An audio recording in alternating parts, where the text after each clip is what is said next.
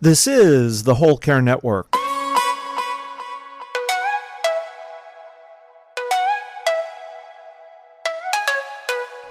Helping you tell your story one podcast at a time. Content presented in the following podcast is for information purposes only. Views and opinions expressed in this podcast are solely those of the host and guest and may not represent the views and opinions of the Whole Care Network.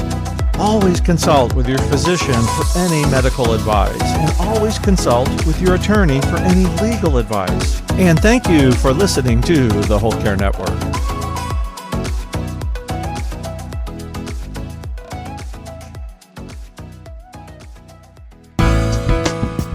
So there's other things that are very beneficial here as well too, which I think are important, which are part of doula work, and that is helping all of community and society get far more comfortable about talking about death and dying, and educating all of us on how we support others in grief, right? Not just about how can I support myself now that I'm in grief, but if my friend loses a sibling or my friend loses a child, how can I support my friend? We don't do this enough. This is the Heart of Hospice podcast with Helen Bauer. Get ready for a wonderful conversation with end-of-life doula Karen Hendrickson of Death Doula Network International.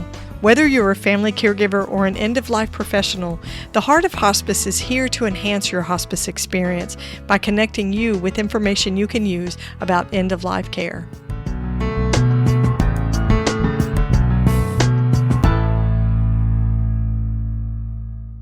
This episode of The Heart of Hospice is sponsored by Odonata Care. When caring for a loved one on hospice, support becomes essential. Introducing the Care Plan, a path to comfort for the hospice patient, a supportive guide by experienced hospice nurses Nancy Hireman and Brenda Kazire. Nancy and Brenda invite you to experience all that the Care Plan has to offer. Be sure to check out their free library of care videos on thecareplan.net or on YouTube. Purchase your copy of the Care Plan today at thecareplan.net. This interview blew me away. I cannot remember the last time I heard a story or had a conversation with a colleague on the podcast that was so moving. My friend, my colleague, Karen Hendrickson, is my guest today. Karen is a death doula. She's an educator. She specializes in end-of-life planning, and she is an education specialist as well. She's a public speaker and a licensed Willow EOL educator and a grief support specialist. This lady does it all, everything related to grief and death and dying. She's also the co-founder of Death Doula Network International. She's doing some fabulous work. She's based in Canada.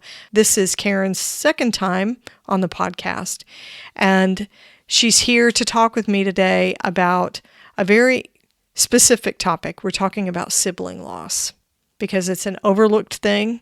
Grief support, grief resources for teenagers, younger people who have lost siblings. So Karen's going to tell you the story of losing her brother when she was 17, about his death in a house fire, and how that event affected her and her entire family, how their family dynamics changed when her brother died.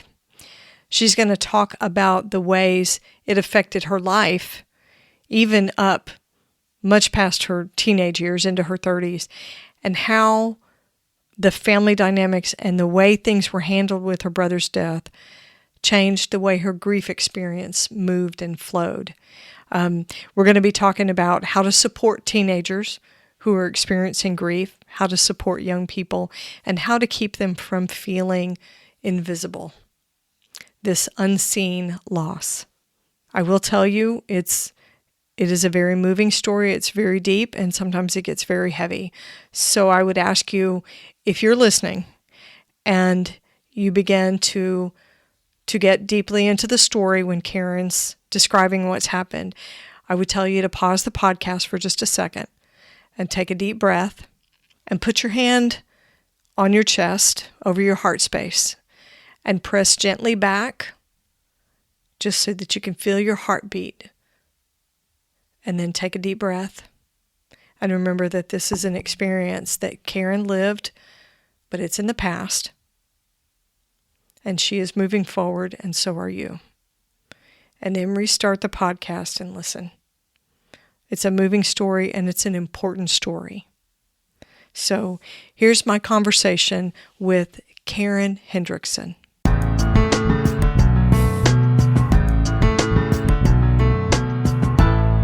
Karen, it's so wonderful to talk with you today. Welcome to the podcast.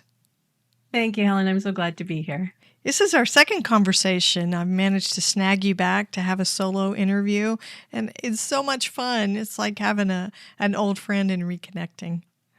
Yeah, so lovely to be with you today again, too, for sure. Yeah. So even though we know each other and my audience knows you some, I figured we'd open with an icebreaker question that I didn't give you, so it's going to be a surprise. So here's your question. If you were ruler of the world, who would be your top advisor? Oh, that's a big question. I know, I really like that one. That's a really big question. Oh. Years ago, I would have said Oprah Winfrey, but I wouldn't say that today. Today, I think really it's, oh my Lord, there's so many good people who could be advisors for you, on so many different levels. Breen Brown is one. Dalai Lama is another. So many. I can't pick. I can't pick. Well, those are pretty good ones right there. Brene Brown and the Dalai Lama. You can't go wrong either way. I would hope not. No, I don't think so. Yeah. I know I kind of would like to answer that question for myself, but it takes some thought, doesn't it? Yeah, you would really have to think about what is it most that you would want insight from, right? And, those two in particular, I think, really drive from this place of, even as the ruler of the world, integrity, authenticity, kindness, right? Embracing our humanness, those things that our world is so challenged with right now. Yes. I have to say that there's a little part of me that when I first read that question and I thought about it for myself, I was thinking sort of like Gru and the Minions, who would be my go-to number one advisor if I was a villain and ruler of the world, Right. Yeah, it went to a dark place for just a minute there. So we know you value authenticity and transparency and honesty, and that's the conversation that we're having today, is all about those things as related to some personal experience you've had. And we're talking about sibling loss today, which is something we haven't really focused on the podcast before. And I think it's an important topic. So I'm looking forward to our conversation. But let's start with the basics. You are an end-of-life doula. So tell me briefly about the work that you're doing as an end-of-life doula and your organization, Death Doula Network International. Sure. So as an end-of-life doula, I support individuals and families in the process of just about every facet there is related to end of life, or even just advanced care planning. So some of these individuals are with terminal illness, and some of these individuals are just wanting to plan and prepare. So some of it is about doing medical directives, identifying healthcare representatives, putting plans in place. In other cases, it's about actively supporting individuals in this journey on end of life. And that's holding space. It's creating opportunity for individuals to have some of the tough conversations with their people that oftentimes are too uncomfortable to have without some guidance and some support. It's about helping people to come to terms with the life that they've lived and acknowledging their value and what they've given to the world and being here prior to their death. It can be a lot of that. With respect to the Death Doula Network International, I'm a co-founder of that organization, and our intention with that organization is to essentially open up the container to build community within the death caring arena. And so our network is called Death Doula Network International, but we actually have members who do other things within the death caring field. So we have funeral directors, we have celebrants, we have individuals who provide palliative massage or other forms of, naturopathic modalities or those types of things. And our intention here is is to build communities so that we can recognize, A, in this work, we are not alone, and B, there's a number of resources and perspectives of individuals all over the world that can help us in relation to doing this work effectively and staying whole to ourselves in alignment with our values and our beliefs, and drawing on the expertise of others when we need it, because we will never have all of the answers. And yet death is universal. Yes, we have different legalities. Yes, we have different forms, and we have different processes and different healthcare systems, but death is universal. And so we've had the opportunity to create this community. We have approximately 250 active members in a number of countries now. And we're excited for the work that's happening there and how community is being built with individuals inside our community to do this work more effectively and to really level up and increase the voice in community at large about the importance of talking about death and dying and trying to do it differently, which is something both myself and my partner, Joanne Hahn, are extremely passionate, and that's about changing our conversations and changing the way we do death. Yeah, absolutely. A wonderful organization. Such a valuable recognition that it takes all our skills and all our gifts to combine together to provide the robust care that people need when it comes to death and dying. And that's one of the aspects that we are talking about today, because we're talking about grief. We are. Which is always involved. Grief doesn't just happen when the death occurs. Grief starts long before that, and it can last a lifetime. It does last a lifetime. So we wanted to focus today on a very specific aspect of grief and loss, the loss of a sibling. You lost your brother very suddenly when you were a teenager, and he was only 22. Will you share that story with me? Sure. So it was February 25th, 1979, a day like any other day. For the most part, we thought it was going to be anyways, I guess. And, prior to this date, my family was a typical Canadian family. And my dad was a blue collar worker. My mom worked. There were 3 siblings, myself and 2 older brothers. And, we were almost the Beaver Cleavers, from the Leave It to Beaver story in relation to what our life looked like. And around 5 a.m. on the morning of February 25th, 1975, or 1979, pardon me, the doorbell rang. And of course, we were asleep in our beds, those of us that were at home there. And I remember standing at the top of the stairs in my pink fluffy robe, and my mom answered the door, and there stood 2 policemen. And they asked a couple of questions, is this where Ernest Gordon Turner lives? And my mom says, yes. And my mom says, that's my son.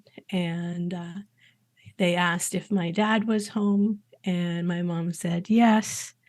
And I was ushered to go get my dad and get my dad. We're sitting in our living room. My dad in the rocking chair he always sat in, the usual chair, my mom in her usual spot on the couch, and me in my usual spot on the couch, except it was an extremely unusual event. And these 2 police officers sat on the hearth of our fireplace and told my parents that my brother had died in a house fire. And they talked about the fact that there was a house fire, there was one deceased. They believed it to be my brother, and that my dad would need to go to the hospital to identify him in the morgue there. And so my dad got ready, drove to the hospital, and my mom and I sat in the living room looking out the window for hours, it felt like, right? Both of us still in our robes, waiting until my dad came back home. And the whole time my mom kept saying, Ernie always lost his wallet. Maybe somebody had his wallet. Ernie always lost his wallet, praying that it wasn't him. And my dad pulled into the driveway in his truck, and he put his arms up on the steering wheel, and he bowed his head, and he was sobbing so much that you could physically see the shaking through the windows. And so we knew it was my brother. My dad came into the house and he stood up at the top. Like, we had a bi-level home. He comes up the stairs. He's standing at the top of the stairs and he can barely speak. And he says, it was him. And all I'll remember is the black body bag.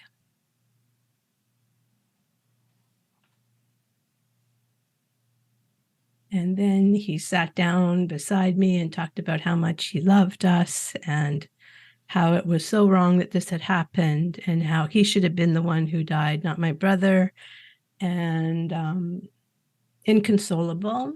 And then he walked down the hall into his room, and my mom walked down the hall after him. And that was the beginning of us tucking our grief into the shadows.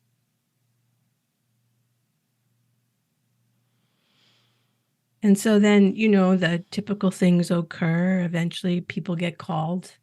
Some family shows up. And as a sibling, these are some of the things that you hear. You need to look after your mom and dad. You need to be strong now. And then along the way, this turned into things. Karen, don't make trouble. Right? Remember your mom and dad. Look after your mom and dad. At the time that all of this was happening, actually, my other brother wasn't even home. He had been out for the night. And so, throughout, in the course of that first day, he shows up and gets the news as well. But so as a surviving sibling now, what happens is you've lost a sibling, but you've lost your whole family. Everything has changed, and every one of you has changed in the moment of that loss. My parents, our parents, were never the same. We were never the same. And you realize that there's now this void in the family that you now feel responsible for filling. And so at 16 years of age, how do you fill the gap of the fact that your parents have lost a child and that your brother's not a part of the family? And so you move into this place of very quickly, in our situation, we never talked about the grief. We never shared about our feelings.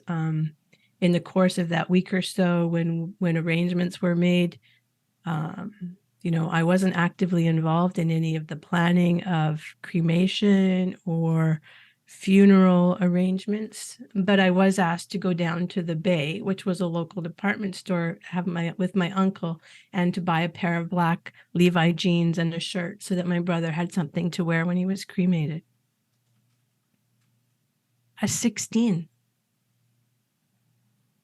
At the time, I remember it like, jeans are jeans, right? Black jeans are black jeans, and Levi's Levi. But I felt like it was the hardest decision I could ever make about which ones were the right ones. There was like 2 options, not a big deal really, but it was big work for me. But it was the only thing I was involved in the process of that. The funeral was held at a local funeral home, not a mile away from where we lived. Some stranger stood up and talked about my brother.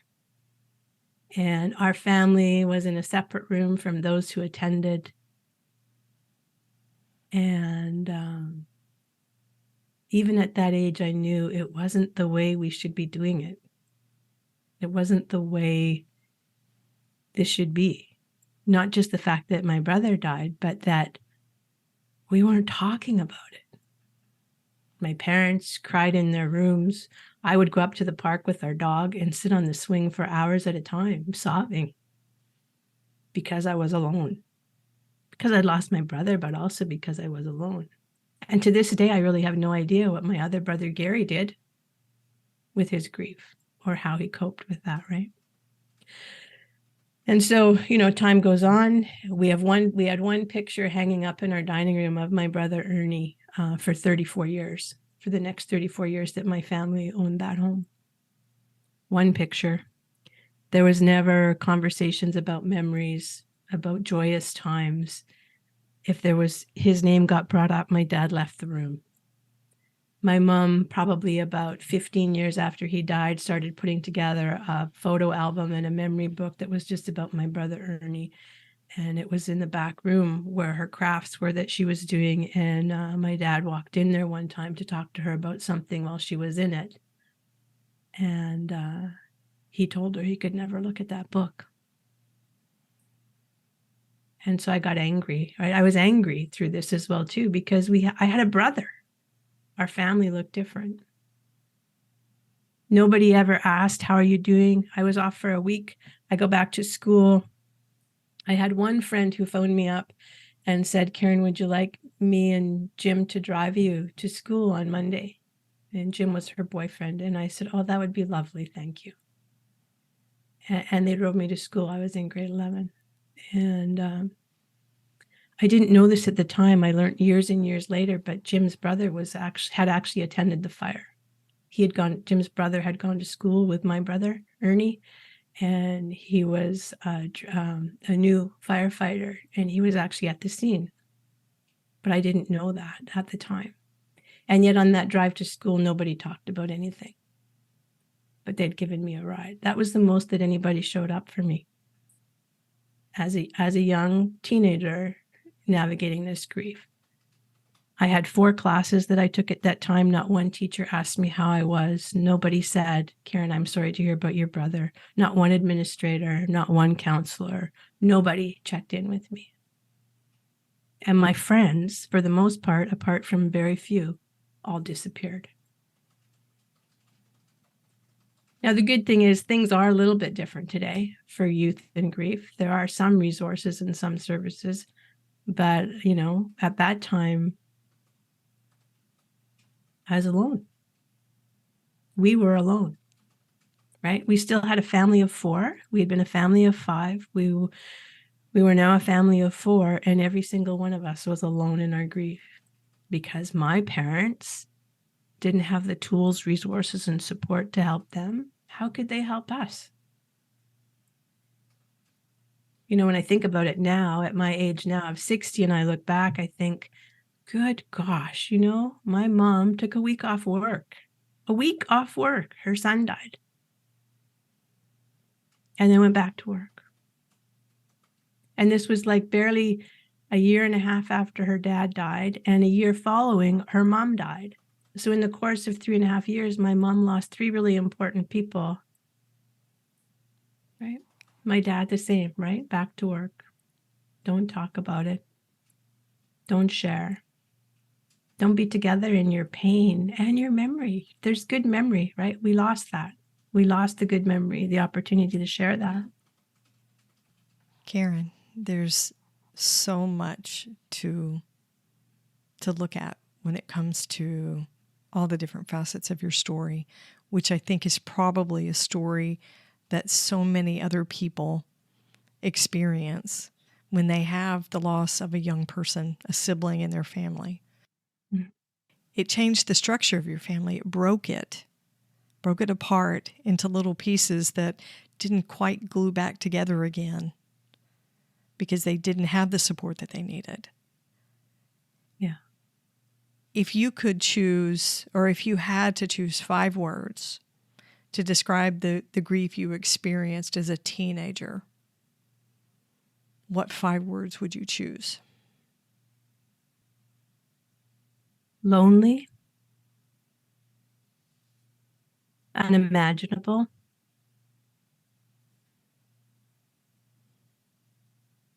Paralyzing.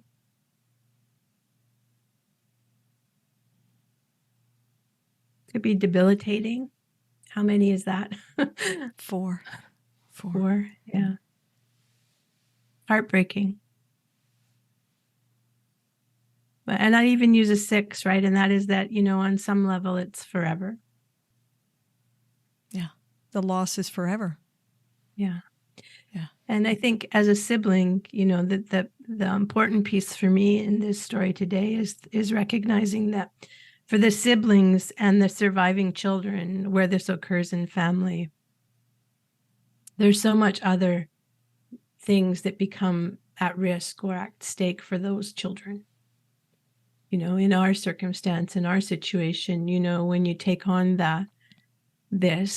when you take on the words that adults are saying to you, look after your parents. There's something wrong with that ask, in my opinion, right? It's an incredible burden. Mm-hmm. Mm-hmm. And don't make trouble. Don't make trouble. So don't complain, don't criticize, don't speak out, don't talk back, don't contradict. Mm-hmm. And so it created some pain for us as a family going forward, right? So, my brother Gary and I dealt with this very, very differently. Our home wasn't a really robust, loud home to begin with prior to my brother Ernie's death, but afterwards it was a silent home. One that for me, myself, I couldn't get out of soon enough because it was so silent. And as a result, I made some poor choices about how I did that. They weren't the best choices for me. And then, I think Gary and I both for a long time, and probably in some respects, maybe on some levels still for the long time, there was this need or this sense of never feeling like he would be enough. I mean, and oftentimes kids feel that anyways, but we felt it even more. How could we ever be enough? Because we could never fill the void. And yet we had adults telling us in ways that we should try to make up for that loss. Yes. Well, you can't. You can't. My mom today is 88 years old. We will never, ever be able to fill the void with respect to the fact that her son died. Yeah. Way too young. You're 2 where you were always supposed to be 3. Right. Yeah. So, and these put, these kinds of pressures, depending on that youth or that teenager, can really absolutely impact the trajectory of their lives in not good ways, For me, I became an overachiever. Right?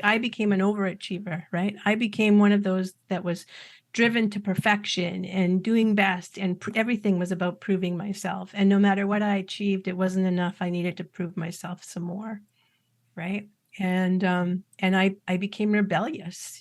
For years, my mom and I in no way really ever got along because I just rebelled against everything, and now at 61 years of age, I can easily look back at it all and say, my mom moved to this place of absolute fear and protection. She didn't want to lose another child. So it became really restrictive and tight and uncomfortable for me. And it created a lot of grief between the two of us in our relationship. Because as a youth and as a young adult, I couldn't appreciate that it was about protection, right, and fear. Did you recognize as a young person that was her motivation behind her fear and her wanting to be so restrictive and protective, that it had everything to do with the loss of your brother and not really so much to do with you? Could you see that as a young person? As a young person, I couldn't see it. Yeah. I couldn't see it. And yet on the flip side of that, there was an element of me that as a result of my brother's death, I so very much wanted to live. And I felt like she was wanting to stifle that, not appreciating where that was coming from for her, right? Because we could never have open conversations. We didn't have the capacity to have open conversations about what had occurred for us in my brother's death and what this meant for us. So my mom could never say to me, Karen, look, right? I know it's hard for you to appreciate, but because Ernie's died, I really am scared now because I know a child can die now, right? Quite honestly, my mom and I did not have forthright conversations about my brother's death until my mom was like 85. My mom was 85 before I even knew that my mom went to the cemetery where my brother's ashes are interred. So she waited all those years? Yeah. In between his death and when she was in her 80s? Yeah. And that was, and what I believe, had triggered that was she was in the beginnings of dementia, and she knew her life was coming to a close. And so she was starting to do some reflection and all of the things that we do. And so we began to have some conversations about that time and about him. I never knew. Our family never, ever went to where my brother's ashes are interred together, ever. We never talked about it. We never went. Just, my dad did not engage in any conversations with me about that time, or my brother's death, or my brother, until my dad was diagnosed with lung cancer. And then in the last 6 months of my dad's life, right, the lid got lifted, and we had so much conversation. And I was so grateful for it all. He taught me so much in this process in the last months of his life, and being brave enough to have these conversations with me. And so at the time, I was so grateful, but also really sad. My dad died in 2010. My brother Ernie died in 1979. A lot of wasted time. It could have been different for us. But grateful that in the last 6 months of his life, he had the knowing, right? And the desire more than anything, right? To have these conversations with me. It was the greatest gift of my dad's dying, quite honestly. Throughout all of this, my dad and I did have a good relationship. So don't misunderstand that. My dad and I had a good relationship. My mom and I, not so much. But my dad and I did. But it was an area we never, ever went to. We never stepped into those conversations. It was sort of an understanding, right? And so we didn't. Well, it sounds like he guarded it pretty closely. Mm-hmm. When your dad realized that he had a terminal prognosis with the lung cancer, who brought up your brother? Did he bring it up? He wanted to talk about your brother? My dad did, yeah. Did he talk about the good memories, or did he talk about the trauma of your brother's death? Because make no mistake, the loss itself is traumatic, but the fact that your dad had to go and identify your brother's body, that's an added layer of trauma that even your mother didn't experience. Right. So what did he want to talk about with you? It originally came from this place of wanting to ensure that both myself and Gary were very clear about the fact that he cared deeply about us, right? And he did have regret. He had regret about not being able to share. He had regret about his relationship with Ernie. There had been some troubling times with Ernie in the home prior to, and he was no longer living at our place, right? He was renting a place in another community, and this house actually that burnt down was a place his buddy was renting where he happened to be staying the night. So it wasn't even his own home. There was all kinds of stuff within this story that make it a bit messy. And my dad and him had some struggles, not really nasty, ugly struggles, but there had been struggles. So my dad had a lot of regret. And, so when I think about it right now today, that probably was the piece for him and his reflection on things, right?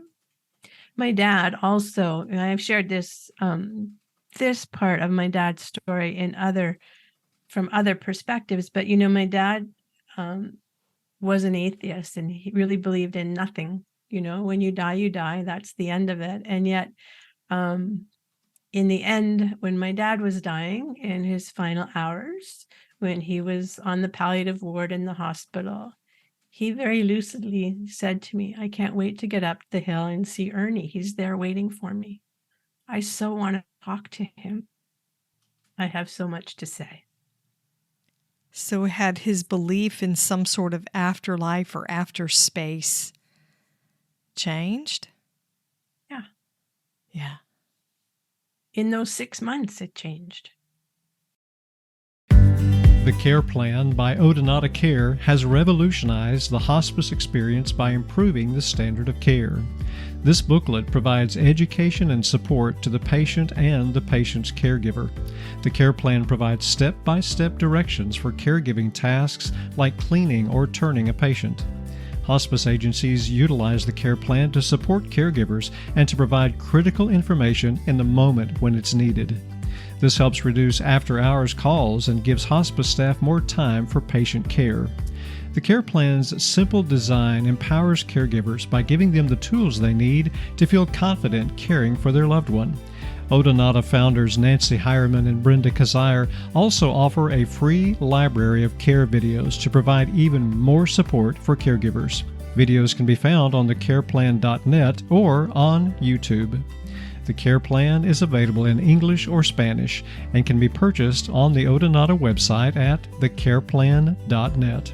It's available in paper and digital formats, and bulk purchases are also available for agencies. Purchase your copy of the Care Plan today at thecareplan.net. Grief resources for teenagers and younger kids, we know they're out there. They're more than there used to be, but we know we don't give them the type of support that they need as often as they need it. Why do you think that happens? We know grief affects everybody in the family, regardless of age or stage. Why do you think we are so lax when it comes to supporting teenagers and younger kids who are siblings and they've had a loss? I'm not sure what the whole answer is, but part of it, I think, is because we naturally go to what we believe to be the most devastating loss someone can experience. Our society as a whole, I believe, feels that the most devastating loss is the loss of a child. Yes. And so that's, what's worse than that? And so siblings become a little bit invisible. Secondary.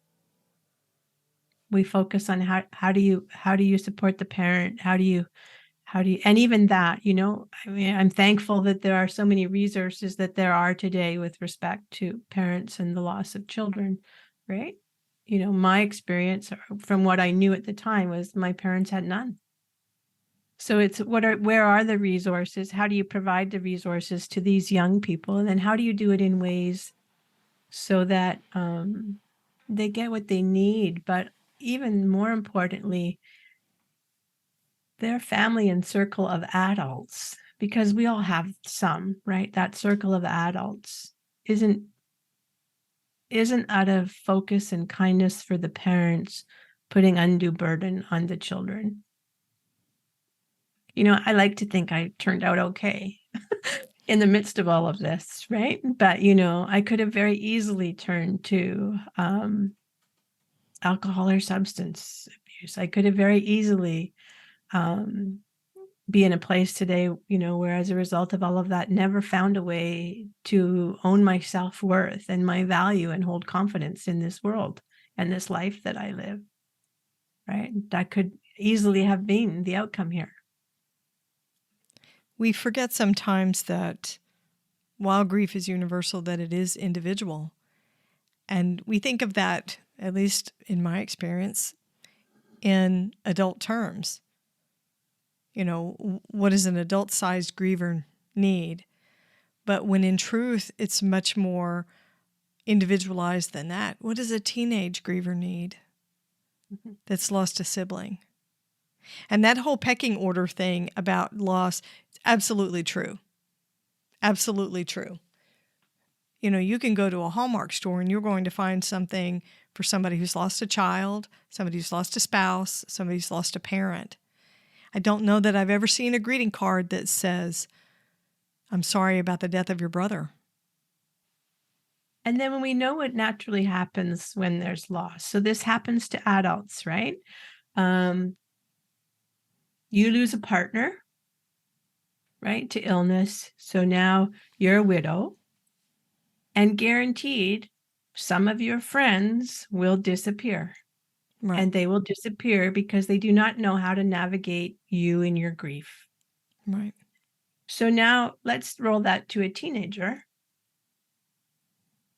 right? Who already, as a teenager, is trying to find self-identity, belonging, worthiness, right? Yeah.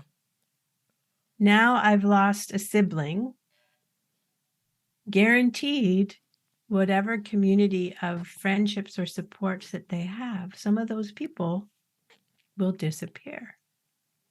And so I wonder if a teenager immediately processes, somehow I'm not worthy, somehow I'm weird, I don't deserve friends, that's why they're deserting me. Because teenagers, historically, they typically struggle with self-worth, so it would make sense that they take on the responsibility for that circumstance, to lose a circle of friends, on themselves. Yeah. So let's talk about the antidote. Let's lift this up a little bit. Take a deep breath. Take a deep breath from this. How can we as end-of-life workers, you as a doula, me as a hospice nurse, and all of my listeners who work in end-of-life care, in the dying space and the death space, how can we support teenagers who are experiencing loss like this?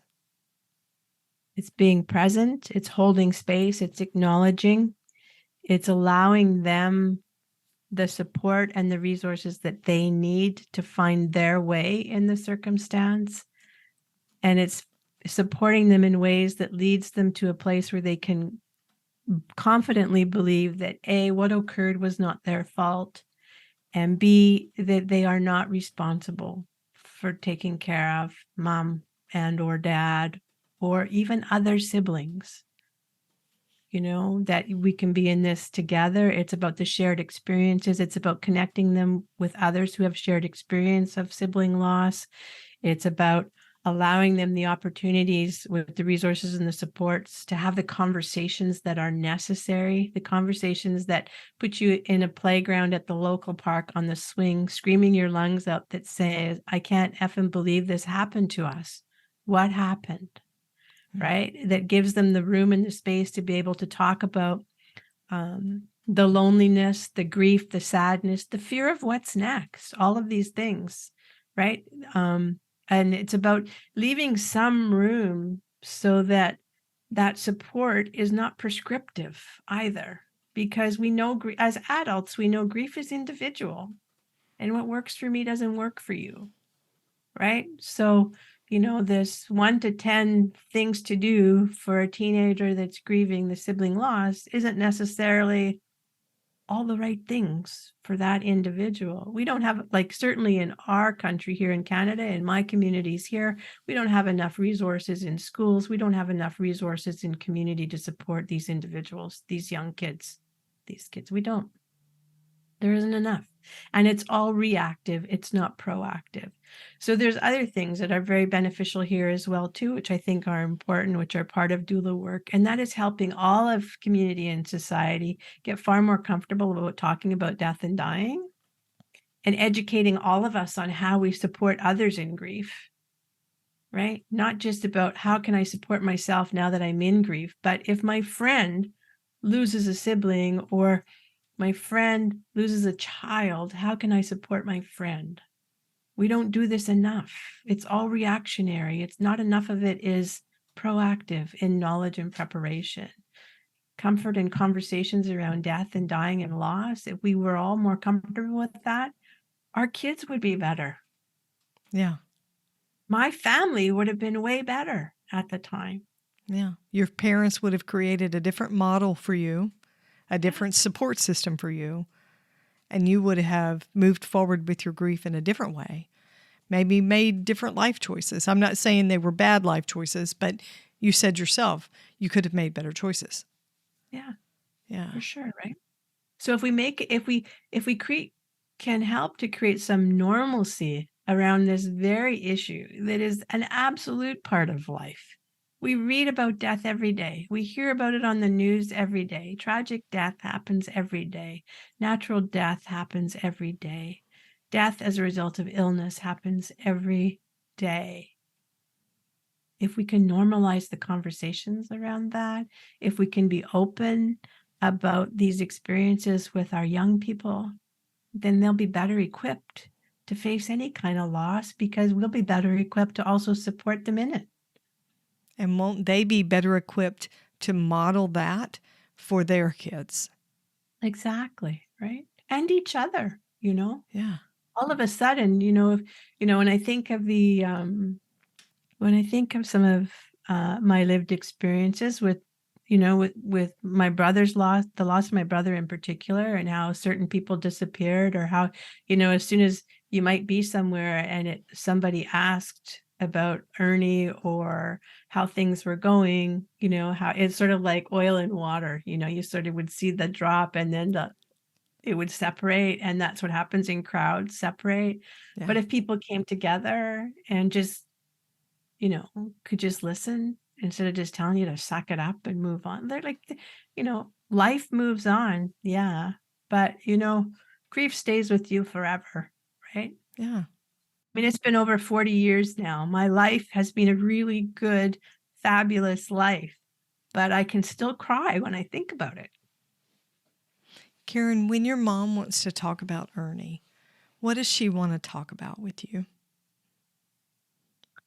Well, my mom is in dementia now, right? And so what I did have the opportunity of was a couple of years where when she was starting to share and there was good lucidity still, she would actually talk very much about the relationship she had with him. He was the oldest of the three of us, and they were quite close in ways that I didn't appreciate when I was younger, that I didn't recognize when I was younger. And, so she would share with me about some of the things that they would talk about. And she used to drive him on Saturdays. He worked at a mill as a cleanup crew. And my mom would drive him from Surrey to Burnaby, which was about, a 30-minute drive in the car. And she would talk about how nice it was to have this time with him, right? And the way they would connect. And then she also would talk a little bit about how, and I think all parents probably carry this, no matter the circumstances of death of a child, but talked about how maybe if she had done some things differently, all of that stuff, right? If she had done things differently, maybe he wouldn't have, decided to move out of the house. Maybe he wouldn't have been there. Maybe, all those things, right? A little bit of that.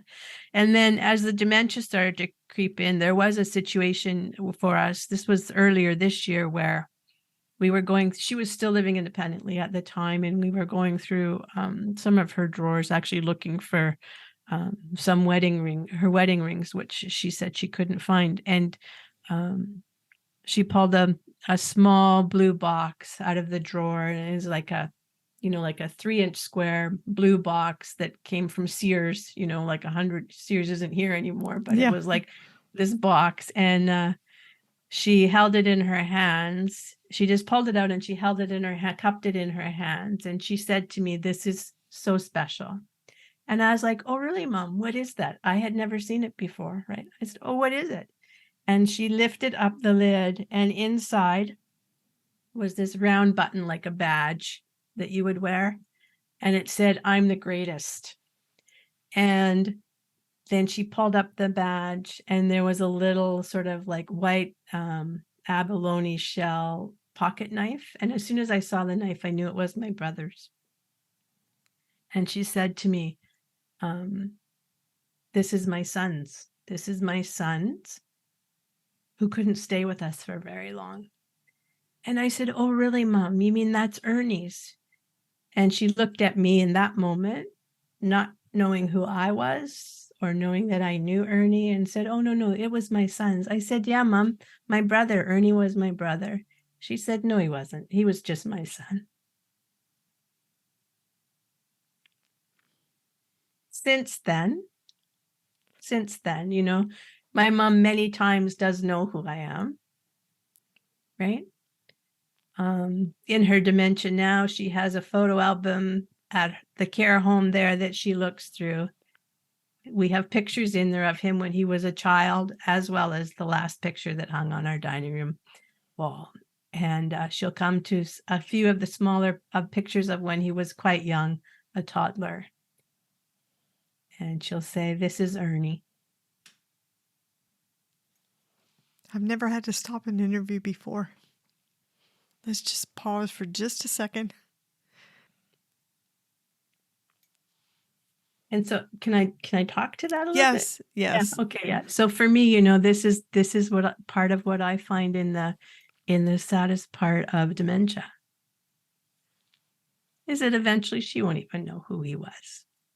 She won't know who any of us are at any point. And so I'm her, sometimes I'm her mom, sometimes I'm her sister. Occasionally she say, "Oh, here's my daughter, Karen." But dementia robs us of the life we lived, which is a whole nother topic. Definitely.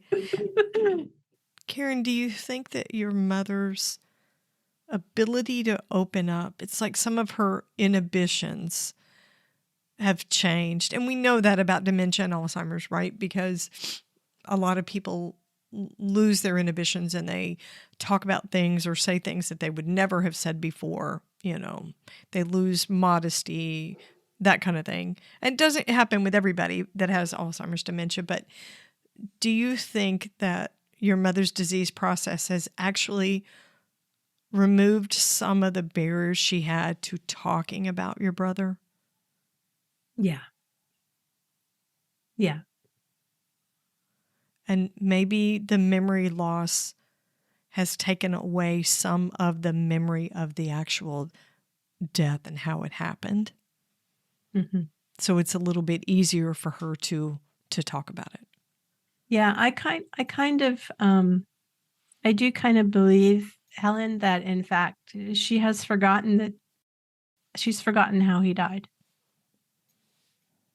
So my mom, this is not directly related to this, but my mom was the oldest of 6 siblings. All of her siblings have died too. Her husband's died.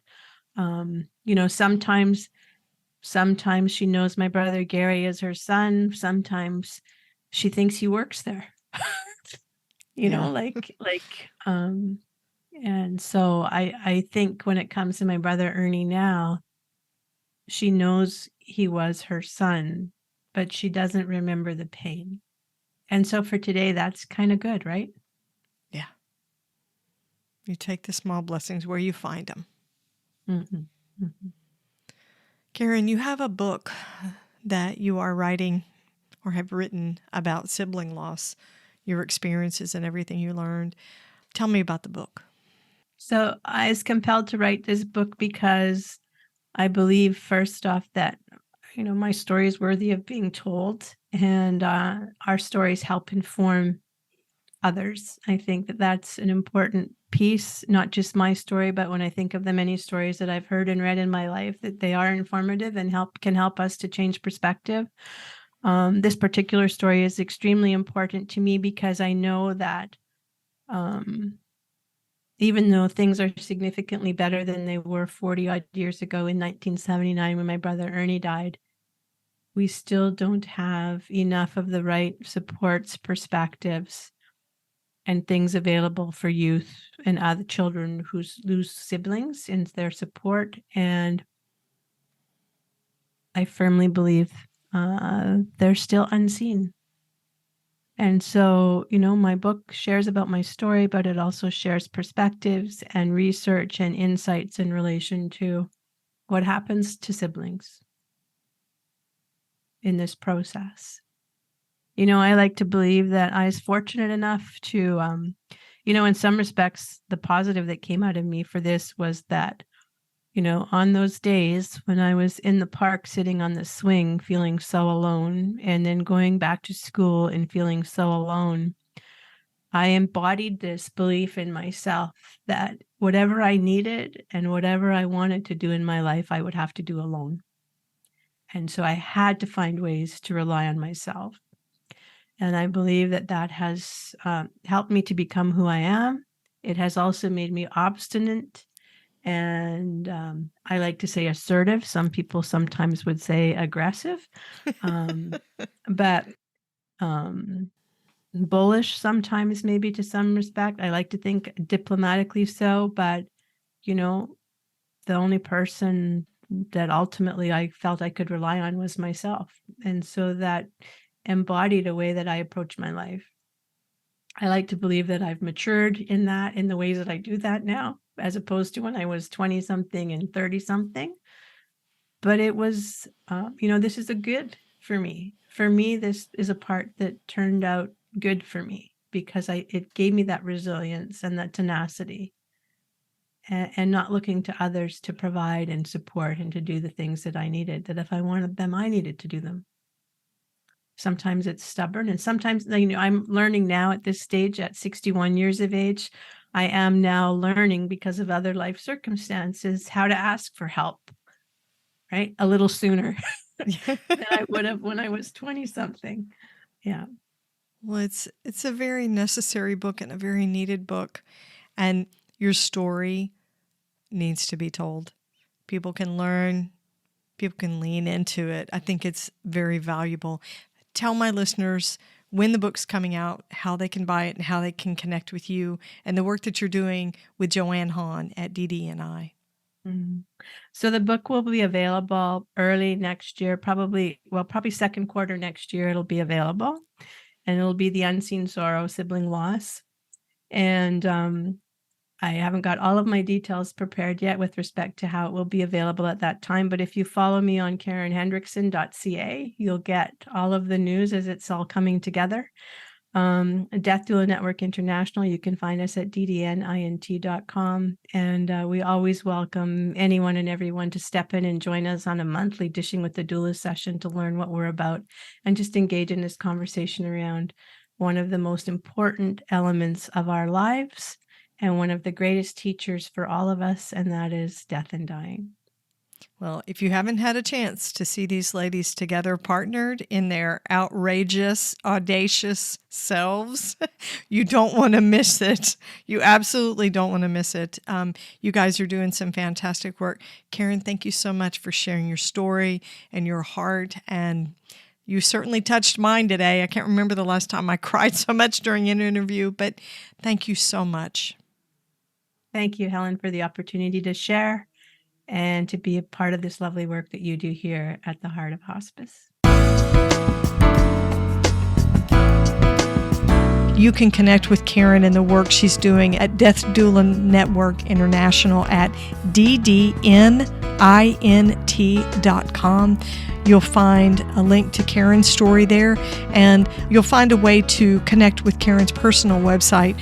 Thank you for listening to this. I hope it was meaningful for you and that it resonated somehow for you. Be sure to catch the next episode of the Heart of Hospice podcast. You can find more episodes on theheartofhospice.com, and don't forget to follow us on your favorite podcast platform. You can connect with the Heart of Hospice on Facebook and Instagram, and send your questions or comments by email to helen@theheartofhospice.com. And remember, no matter who you are or where you are in your hospice journey, you are the heart of hospice.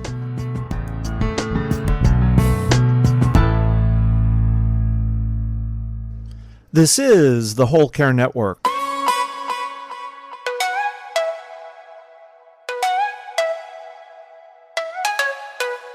Helping you tell your story one podcast at a time.